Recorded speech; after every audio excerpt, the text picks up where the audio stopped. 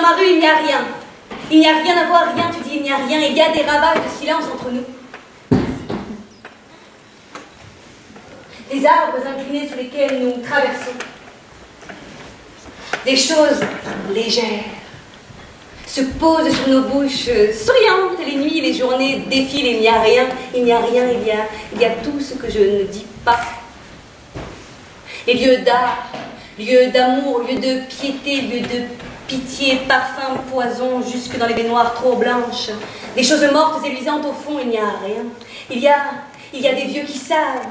Il y a des vieux qui savent si bien danser, mais avec une peur de tout dans le fond, si bien qu'il faut franchir tant de grilles pour trouver leur porte, et une fois franchie la dernière grille, eh bien il n'y a rien. Il y a des vies entières comme des murs,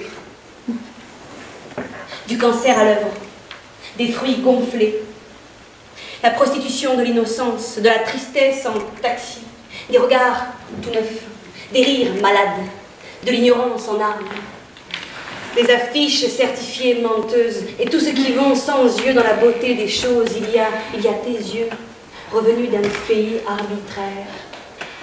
Et les pattes coupées du cheval qui attend la mort devant la porte de la maison. Les hommes parlent de la viande.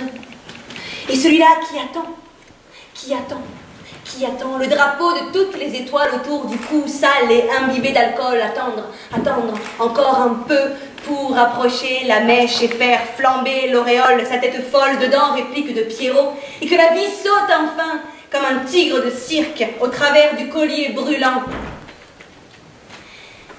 Et celui-là qui attend.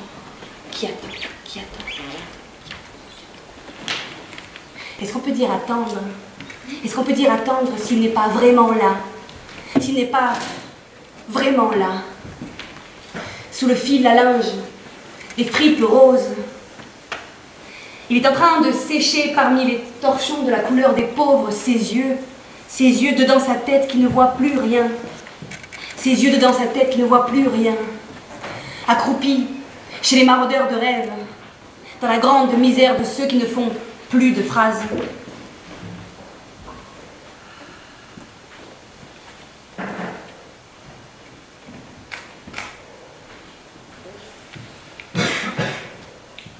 Ce pays du silence où la voix parle. Ce pays du silence où la voix parle. Elle le connaissait. Ce pays, elle y résidait. C'était sa maison, son attente, sa source de joie. Elle gardait bien serrés ses mots au fond d'elle-même, bien au chaud, et jamais ne les sortait. Le reste autour n'était que bruit et dispersion, mouvement et espace saturé. Ces mots comme un chant de loin, comme un souvenir d'autres vies. Toutes ces vies qu'il avait enfantées, sans savoir. Mais elle les connaissait, ces vies d'avant, toutes. Elles sont là dans son corps, sur sa peau, dans son ventre, sur ses lèvres. Elle crie, elle hurle dedans sa poitrine. Elle cicatrise sous son ventre. Elle mature sous les traits de son visage. Elle susurre des mots d'amour et de haine à ses oreilles. Elle creuse à la racine des dents des tranchées pour se cacher, oublier, disparaître.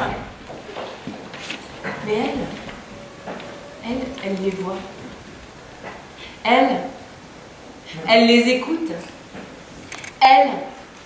Elle les apaise. Elle détermine. Elle connaît bien ce pays du silence où la voix parle. Mais elle oubliera bientôt. Elle l'oubliera quand elle apprendra à parler. Quand elle apprendra à parler. Et ça, elle en était certaine. Et ce passage d'un monde à un autre sera sans concession. Ce monde des mots sans silence, elle s'y perdra, elle le sait, elle s'y perdra. Alors pour l'instant,